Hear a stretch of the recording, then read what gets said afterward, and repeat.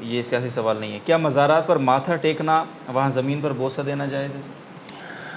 اس کا پہلے بھی جواب ہو چکا ہے کہ کسی بھی قبر پر، مزار پر، کسی بھی غیر اللہ کے سامنے سجدہ کرنا، ماتھا ٹیکنا، زمین کو یا چوکھٹ کو بوسہ دینا، قبر کو بوسہ دینا جائز نہیں ہے۔ ٹھیک ہے۔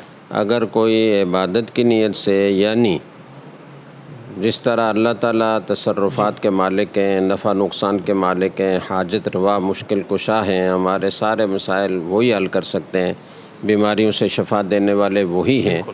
اگر کوئی ان کاموں کا کسی اور کو بھی مالک سمجھتا ہے جی اور وہ سمجھتا ہے کہ یہ مزار والا میرے کام بنائے گا، میری بگڑی بنائے گا، مجھے کامیابی دلائے گا یا میری بیماری دور کرے گا، یہ سمجھ کر اگر سجدہ کرے گا تو یہ ایک طرح سے عبادت ہے اور یہ شرک ہے۔